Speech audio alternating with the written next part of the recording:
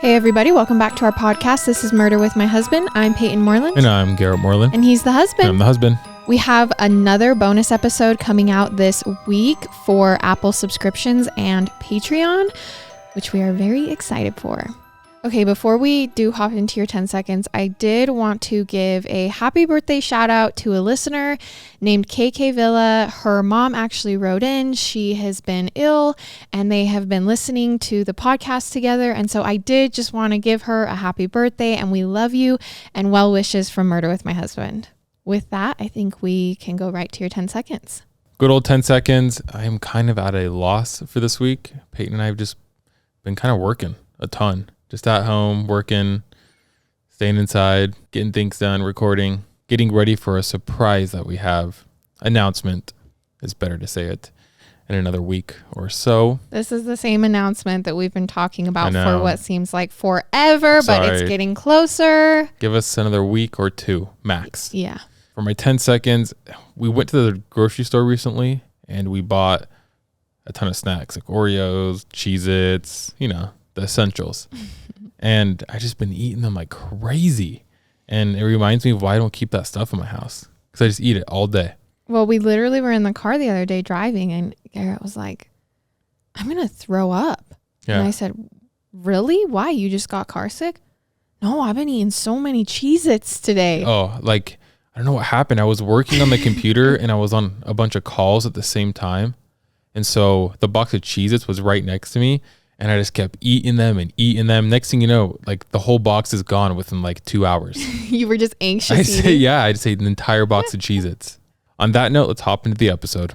Our case sources are metv.com, Wikipedia, New York Times, Dailynews, IMDb, Insider.com, findagrave.history.com, truecrimecora.com, The New York Magazine, The Cinemaholic, dailystar.co.uk, Oxygen, sports.yahoo.com, friendsacademy.org, medium.com, The Wrap, bookaddicts.org, unsettlingthings.com, eBay, Google Maps, Reddit, slaptham.com, and that's it. So our episode today takes place on Halloween night, 1981. We only have one more Halloween episode, but this is our fourth Halloween episode.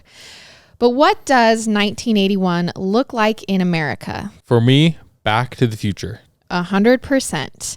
Ronald Reagan is serving as the president of the United States and everyone is wearing neon. CD players are the new rage and kids everywhere are obsessed with their new G.I. Joe dolls. Teenage friends roller skate to the nearest arcade to play Pac-Man, which was on the up and up at this time.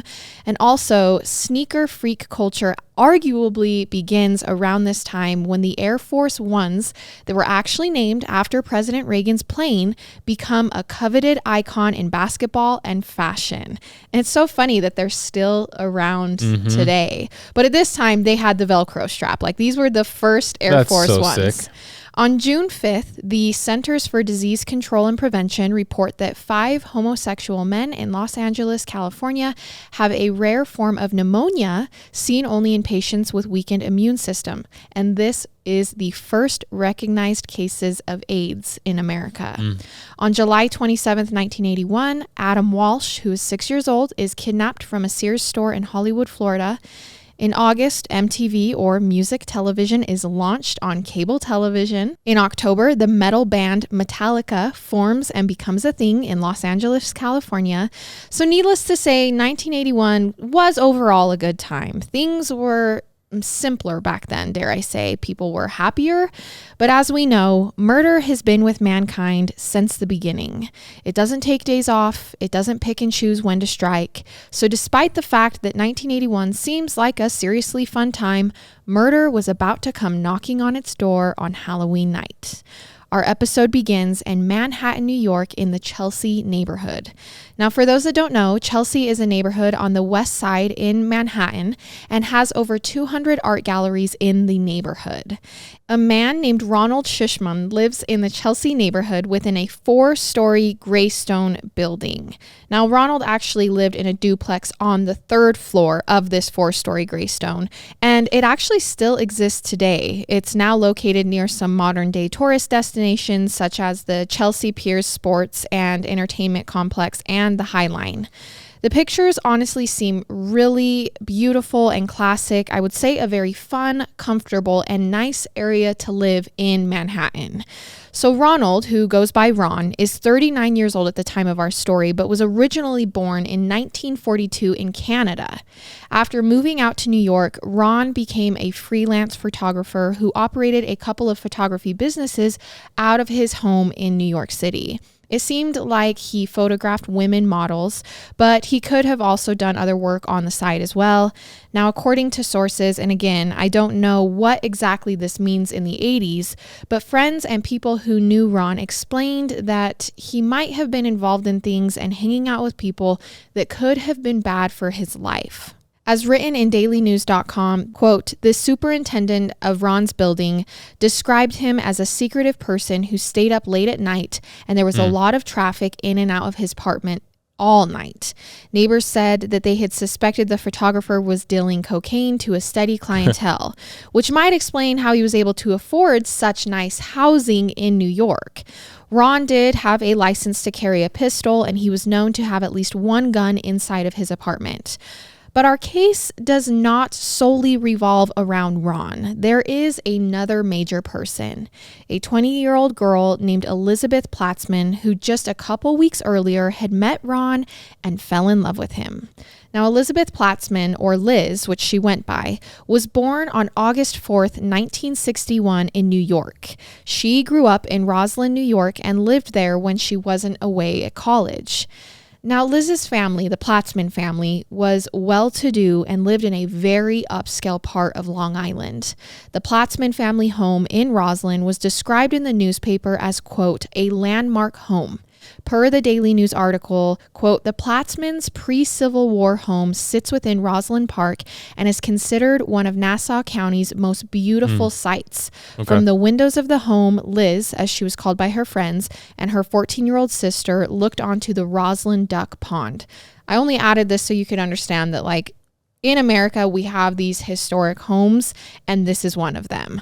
On many weekends, Liz would treat visitors to guided tours of her family's wood frame home on Main Street, one of the 37 designated landmarks on that street. So they lived there and they also did tours through there, correct? Yes. Okay. Liz grew up around other people just like her. She was neighbors with other wealthy families. Liz attended and graduated from the exclusive private school Friends Academy in 1979. As part of this school, Liz spent a lot of time curating a good resume. She spent many hours doing service work and loved being involved in programs involving the elderly or handicapped. She had a younger sister named Patricia who worked with children who were hard of hearing on Long Island. Liz's mom was working for Doubleday, which was a book publishing company, and also worked as a librarian. Her dad was a salesman who was known to be, quote, very clever, and who was also an inventor. Liz herself was described as gentle and sweet growing up. She was also known as sensitive and kind. She enjoyed studying art and theater. Liz was all around a good girl. She was charming, dependable, responsible, and a hard worker. It's safe to say that Liz took the life she was given and became a helpful, good person with it. After graduating from Friends Academy, Liz left home and went off to Smith College in Northampton, Massachusetts. She was a sophomore at Smith at the time of our story in 1981. She excelled in school and was an honor student studying art. But as I said earlier, Liz will somehow end up meeting 39-year-old Ron, a man who is 19 years older than her. Wow. And although living in a nice area might not be the type of man that Liz's parents expected her to date. Now, in no way am I saying that Ron is a bad man or that he somehow hurt Liz. I'm just confirming that he was possibly wrapped up in dangerous people, which could be detrimental to a 20-year-old girl. Now, back before Ron and Liz somehow met in 1981, Ron applies for 2 more gun permits besides his pistol. He tells people that he was afraid because someone had broken into his apartment, and so he needed more guns. In September 1981, Ron and Liz will now meet as she is a sophomore in college. Her cousin Hillary will introduce the two to each other, and despite the age and the differences in their lives, Ron and Liz hit it off. How did Hillary know him? So Hillary was Liz's cousin, and she was married to Ron's photography business partner. Wow. Which is how this all even came to be. So the photography business partner or the cocaine business partner? Well, okay. According to sources, it was on paper 2 photography businesses that Ron ran with Hillary's husband, and Hillary is Liz's cousin. He was just making bank being a photographer? Well, he photographed women that were models in New York, and I'm sure you can make a lot of money from that. But according to almost everyone in Ron's life, except maybe some of his family members and his neighbors, he was hosting parties, he was dealing drugs, and with prominent people. It's not like Ron was just hanging out with his friends. I mean, he was having actors, actresses, models over to his apartment to do this. Okay, got it. So after meeting that night, Ron and Liz begin dating. Liz begins driving from college to visit Ron at his place in New York City.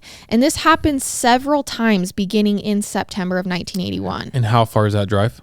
So the trip from Smith College to Ron's New York City apartment is roughly 160 miles. So it's quite a sacrifice she's making every weekend to come see him. And I will say, if my parents knew that I was at this college, I was 20 years old, and I met this 39-year-old man who did know a lot of high up people, but maybe because he was, providing cocaine parties for them, and I was driving every weekend that far to see him, I don't think my parents would have been chill with that. I think they would have been freaking out a little bit. But by the time Halloween weekend rolls around, Liz once again has plans to go see her new boyfriend, Ron. They've only been dating for a couple months at this point. She's actually going to make a whole trip out of it and see her parents as well this time. This obviously makes sense because her parents live way closer to Ron than she does. On Saturday, October 31st, 1981, Liz Platzman is at Ron's New York City home in the Chelsea neighborhood. It's kind of unclear exactly how this couple spends their Halloween night together, but there's reportedly wine and a photo shoot involved. Okay. As Liz and Ron are enjoying their time, parties in the city are ensuing, and trick-or-treating is getting started, gunfire erupts in Ronald's Greystone apartment. Oh my gosh. So neighbors call police to report the gunfire, and they also decide to head over to Ron's door to assess the situation. Oh man, I don't know if I know you hear gunfire and then you're going to go check it out. So as they approached, they decide to take a look inside before police have even arrived. And I do want to say this isn't like gunfire 30 seconds later, neighbors are at the door. This is gunfire, neighbors stop, realize they heard gunshots, call police, get off the phone reporting it to police, sit around for a second, then decide to go over. So there has been enough time for whoever who has shot these guns, if it's not Ron, to get out of the apartment. Okay. As the neighbors approach his door, they decide to take a look inside before police have even arrived. Ron's front door is unlocked, and there is no sign of forced entry as neighbors begin creeping in. But it didn't take long for the neighbors to find the source of the gunshots. Blood is splattered all over Ron's walls, and at 7:40 p.m., he and his 20-year-old girlfriend, Liz, are found dead in the apartment. Both of them? Both of them. Wow. Ron and Liz Platzman had been severely beaten and then shot in the back of the head, execution style, on Halloween night. What the heck? And no one heard anything with someone being beaten? Only heard gunshots. I will say it's a nice apartment. It's a duplex. Like, there was probably, it's not like you're just sharing it. I mean, it's a pretty big apartment. Still, I can hear like kids screaming outside, and we're in a house. So I feel like you should be able to hear that. Well, it's Halloween too. True. So the apartment appeared to be ransacked. It was a huge mess. Things were torn apart. Stuff was knocked over. It appeared like someone had been searching for something. Even the furniture cushions were ripped open and dug through. Police confirm that Ron was shot 4 times and Liz was shot 3. Oh, why so many? Again, the beatings is what explained all of the blood everywhere. That was the main source of blood. Although neighbors knew who Ron and Liz were, all identification was missing from the crime scene, including both of their driver's licenses. So whoever had done this had taken anything that could identify the victims. Which doesn't make sense because you're in his apartment. His neighbors know. The other thing missing from Ron's home, his .25 caliber pistol that everybody knew he had. Police couldn't help but wonder, had Ron been murdered with his own weapon? Police do find a small amount of cocaine at the crime scene in Ron's apartment. They also find photographs strewn around the apartment of various models that Ron had photographed. I bring this up because the more police dig into this case, the more secrets they will uncover. It seemed like Ron kept many secrets of his own, which police can't help but possibly correlate to the murder. I do want to clarify here, though. There are rumors online and around this time that police found pornographic images of models, that the photography business he was in was on the on that side of photography, but that was all rumored. At least police have come out and said there was no pornographic images, just actual shots of models. Okay. On November 2nd, 1981, the New York Times published an article that detectives didn't know the motive for the killings, and they were asking for the public's help in coming forward with any information. At this point, just 2 days after the bodies were found, police were focusing on whether it was a robbery.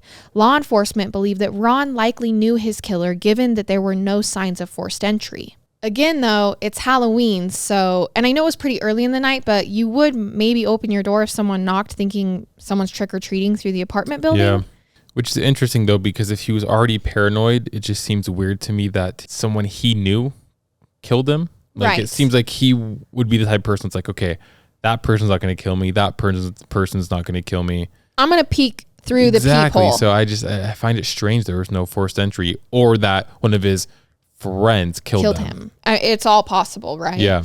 So it's also theorized that the driver's licenses were taken so that the killer could prove to someone else that they'd killed the right person, not so they couldn't identify. Okay. Almost like the execution style, and this detail made the whole murder kind of seem like a hit. Like someone was hired to come kill Ron, kill Liz, takes the driver's license and brings it back to whoever hired them.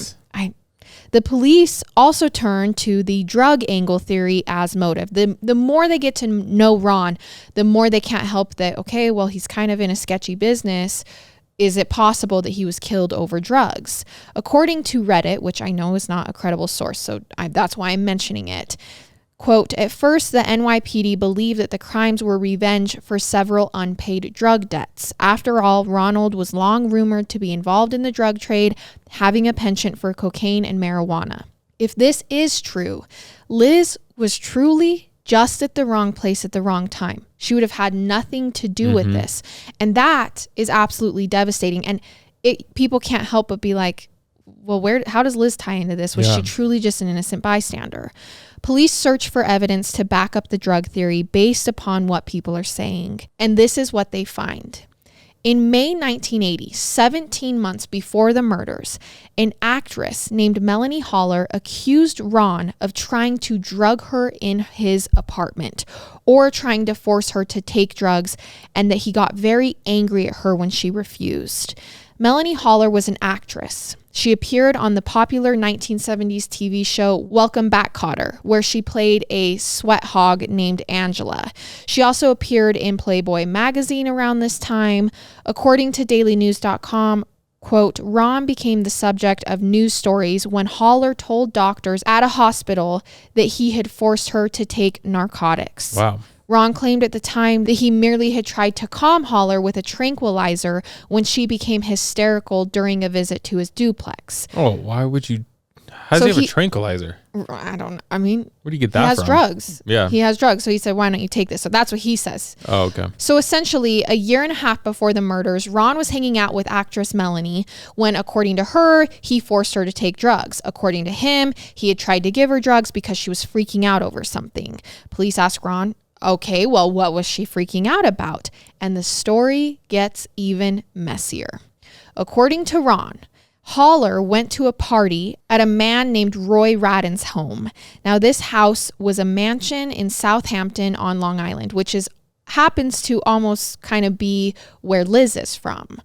And when I say Roy Radden's house is a mansion, I mean mansion. This house has a name. It's called Ocean Castle, and it contained 72 rooms within inside of it. So Roy Radden was a wealthy film producer and all of the top people were at this party, which is how Melanie got there because she's an actress. Ron is actually connected to this party because Ron and Roy were friends. It was actually how Haller met Roy and got invited to the party. Ron knew Haller, introduces his actress friend to Roy, a producer, and then boom, she's at his house at a party. And again, this is a year before the murders and a month before she would accuse Ron of drugging her. So the day after Radden's mansion party, actress Haller was found unconscious and bloody on a commuter train heading into Manhattan. When Haller came to and talked to police, she told them that she had been beaten and raped at Roy Radden's party the night before. She said she was drugged and that the whole ordeal had been videotaped by Radden and other men at the party. She accused Radden of attacking her at gunpoint to get her to this point. When police confronted Roy Radden, he claims that the whole thing, including all of the sex games, the video was consensual, but they never produced the video. Radden was never charged with Haller's rape, but he was fined $1,000 and received probation for a firearm offense. According to an article in New York Magazine, an employee who worked at Radden's Hamptons mansion for 2 years was quoted as saying, "He just about owns the Southampton police. He uses them as a private security force." That's crazy. And I was also going to say that I'm sure in the 80s, people got away with rape a lot.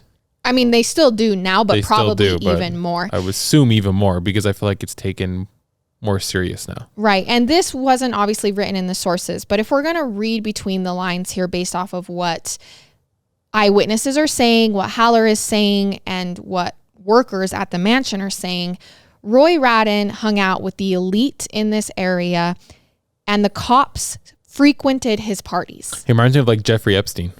Yes, or even like the Gatsby. Yeah. I mean, the cops were at his parties. They were all in on the drugs. They were all doing everything.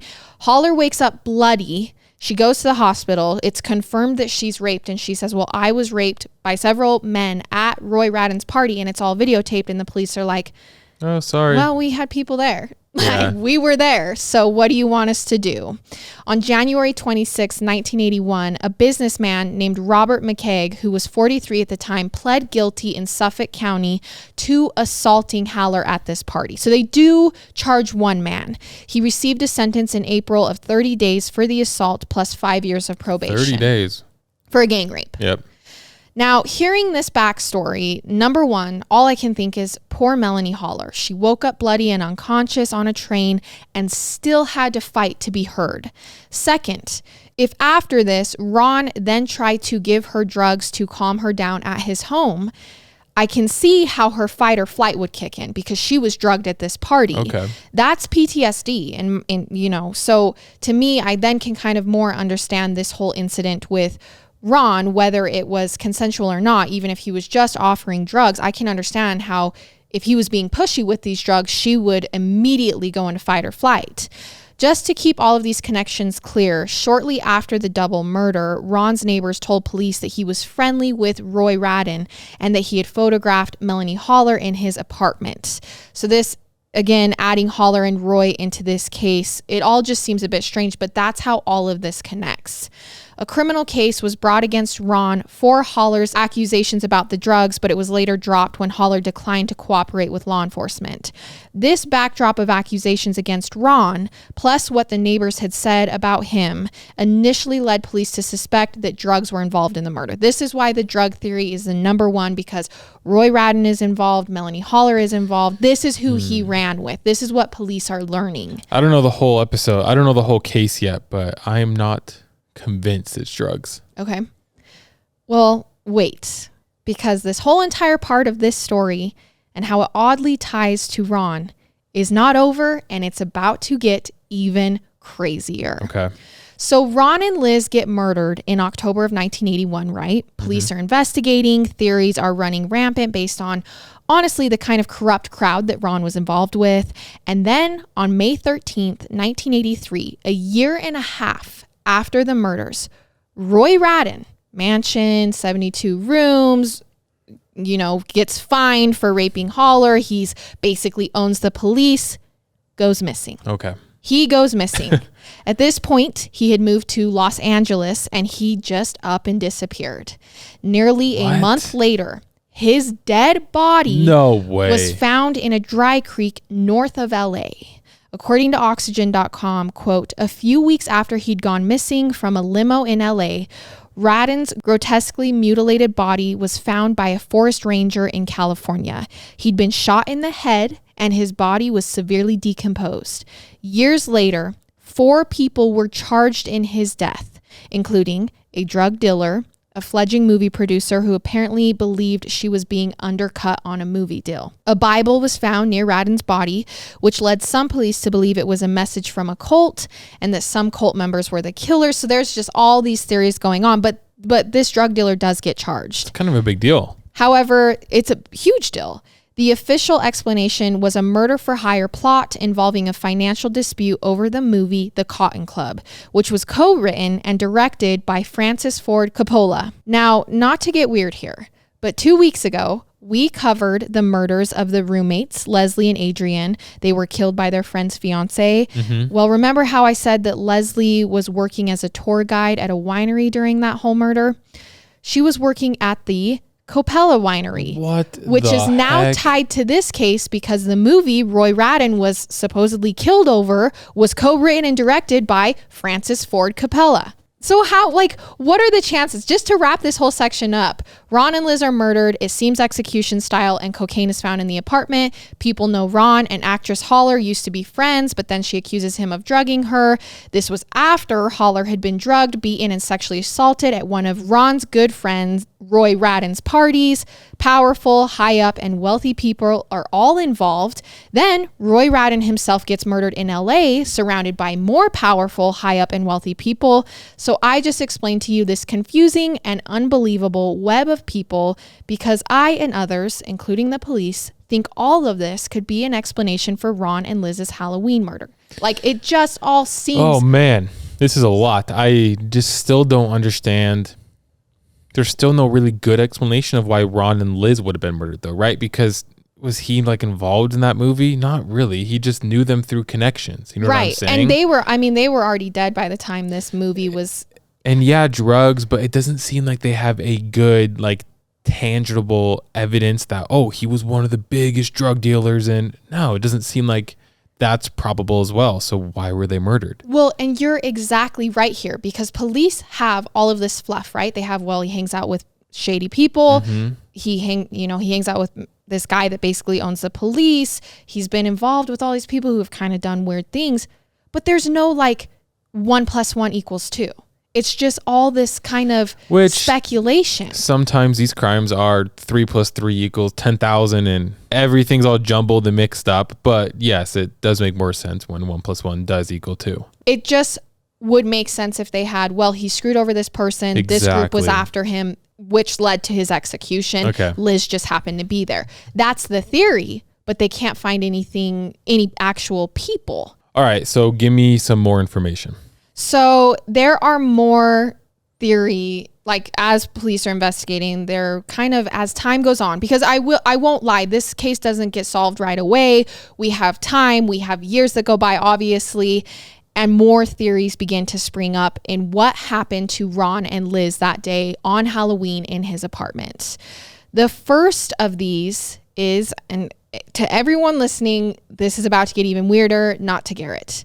The first is the son of Sam angle to this case.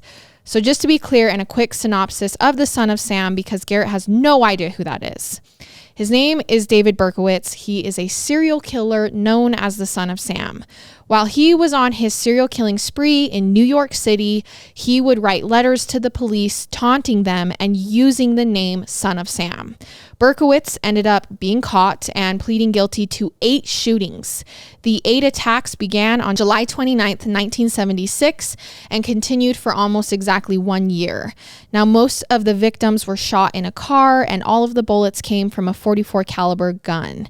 He may have also non-fatally stabbed a woman in 1975. 1975. He was one of the most notorious serial killers of all time. He terrorized New York City in the mid-1970s.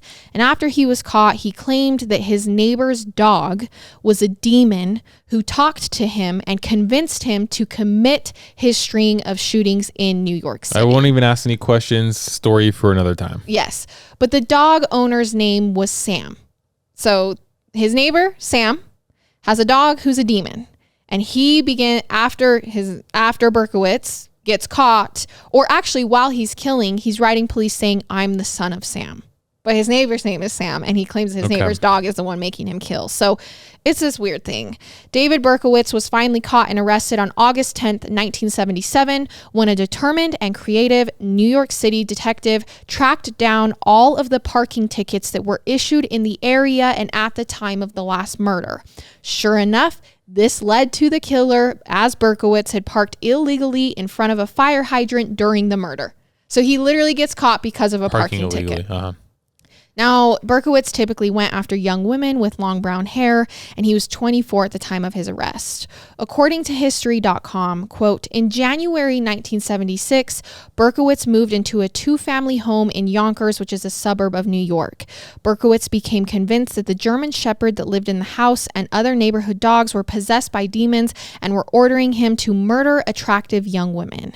One of the neighborhood dogs was shot during this time, and it probably was by Berkowitz. He also began to see his neighbors as demons, so it kind of progressively got worse. In April 1976, Berkowitz moved to another apartment in Yonkers, but this new home also had dogs. His neighbor, retiree Sam Carr, had a black Labrador retriever named Harvey, who Berkowitz believed pleaded with him to kill people. He also saw Sam Carr as a powerful demon and was referring to him when he later called himself the son of Sam. He later admitted that the whole dog demon story was phony. So after he gets caught, he says this happened, but then years later he goes, never mind, like I was making that up. Berkowitz is still alive and is still serving time in prison today. Oh my gosh, I thought you were going to say, and he's still on the loose. Oh, no. He's caught. But to tie, okay, you're probably like, why, where, when, confused. how? To tie all of this into our current case, it's possible that the son of Sam, Berkowitz, had a connection to Liz and Ron's double murder. Information from an informant, apparently a prison informant at Rikers named Vinny, claimed that David Berkowitz told him about Ron and Liz's murder in prison a few weeks before it happened. So this informant comes forward and says, a few weeks before Ron and Liz were murdered, David Berkowitz told me it was going to happen. It's never claimed that the informant gave anyone this information before the murders, only that the informant later told police that David Berkowitz had given him this information. Apparently, this informant told police and also wrote a letter to a reporter at a newspaper. He said that Berkowitz told him weeks before the murders that the son of Sam's former cult members were going to commit this murder for David Berkowitz in prison. But why? David Berkowitz also gave interviews, and he claimed that he had joined a satanic cult in the 1970s. So there's this whole theory that he was part of this cult. Oh, yeah, because you did say there was a Bible. Well, that was at Royce. Oh, that's at Royce. In correct. LA. So a completely different thing. David Berkowitz says, oh, the dog did it to me. And then later he says, never mind, the dog didn't to me. I was actually part of this cult. And when he confesses to being part of this cult, he tells the press that he actually only pulled the trigger on 3 of his victims. And the rest of those murders were committed by a group of co-conspirators in his cult. But he took the fall for it. He would never provide the names of any of the cult members, claiming that his own family would be in danger if he did. Now, there is a dispute about whether the son of Sam acted alone in carrying out his murders or whether his crimes were part of this whole satanic cult. There's a huge group of people who believe that he didn't act alone, including some police. That's kind of crazy. Right. According to the prison informant, this is Vinny, the informant who came forward and said that the son of Sam told him about Ron and Liz's murders before they happened. He said that he talked to Berkowitz in prison and he told him that this satanic cult was going to carry out the murder. Why? The story was that Ron had filmed a snuff film for David Berkowitz of the last murder that David Berkowitz committed. Is this true? The film has never been found. So they couldn't find anything. They couldn't find anything. But this is the motive is that someone went over to Ron's apartment, someone from the cult, looking for the snuff film that Ron supposedly filmed of the son of Sam killing his last victim. So there was apparently these people in a van, and they had Ron, according to the informant, Ron was in a van with a camera. The son of Sam, David Berkowitz, drives up, pulls up on this car that is parked, walks up and kills, it's a couple, and kills the girl through the window, and then also shoots the boy, but he lives. That's the theory. Interesting. It all seems a little too far-fetched for me. Right. And then also, anytime someone says a satanic cult is involved, I get a little like, really? That just seems like a fall off. Like people just want to blame that. But I will say this whole theory that this man has filmed the son of Sam's last murder was literally actually brought up in the Son of Sam Netflix documentary. That's how big of a theory it is. Interesting. Okay. In this Netflix documentary, it says that this man named RR filmed a snuff film. So Ron maybe could be RR. That's who Vinny says they were talking. Like that, who's Vinny says it was Ron. I just have a hard time believing anybody. I know that sounds bad, but like, I don't know. It just does. It seems so far fetched. And how do we know this informant's like a reliable source? Especially because he didn't say it before the murders, only after. Yeah, they're not all trying to get more attention, and maybe David, did say something, but maybe it was after the murders. Also, I do want to point out when Netflix brought up the RR thing that there was this RR involved. There's another person in this story with the initials RR. Roy Radin, who then would go on to later be murdered in LA. Yes. So, and he's also involved with Ron around this time. These are the same years that they're all hanging out in New York and the son of Sam is active, which is why I think this theory is so large. So back to the murder. So what theory is correct? It seems like whoever murdered Ron and Liz spent time looking around his apartment for something. Was it drugs? Was it this mysterious snuff film? Or something else entirely? We might not ever know because Ron and Liz's murders remain unsolved to this day. It's crazy they couldn't find anything. No. There's just, how do you break into a house, beat them tremendously, horribly, and then shoot them multiple times and there's zero evidence? There's nothing? Especially for these people were well known in the community. You know what I mean? There has never been an arrest. No one really knows what happened. And although Ron's connections and lifestyle is most likely the motive here, the true crime community can't help but go through all of these theories. The son of Sam theory. I do want to say here, of every theory that has been brought up, Liz has absolutely no part in it. 100%. She is not a part in any of the motives. She truly, it seems, just happened to be an innocent bystander whose life was taken from her. And I'm heartbroken for her and her family that they had to go through this when literally there's no theory that ever even involves her. So strange. Despite the fact that Ron definitely was involved with shady characters who were part of the wealthy elite getting away with shady things, he too did not deserve to be murdered that Halloween night back in 1981. No one really deserves to be murdered. And so this case to me is just infuriating because what happened? How could something like this happen? And we will never know. Yeah, I just have so many questions and not enough time to talk about it. But I think my biggest ones are, one, she doesn't seem to be involved at all. At all. I don't know. I don't understand that. And then two, I mean, he wanted a gun, so he obviously knew people were after him. I don't think it's the Son of Sam thing because I don't think he would have tried to get all these guns to protect himself against a satanic cult. That just doesn't seem like, I think obviously people were after him.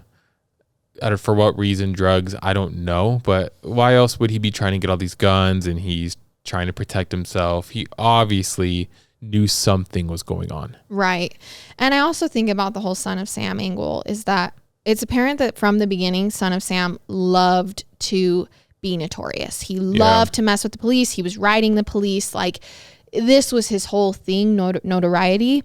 And so then he gets arrested and he comes up with this crazy story about, well, the dogs are demons and they're telling me to do it. And then he recants that. And then he's like, never mind, it was a satanic cult. And I act. So to me, it's just like all this like layered story of, it just feels to me that he has just pick me energy. That's so crazy.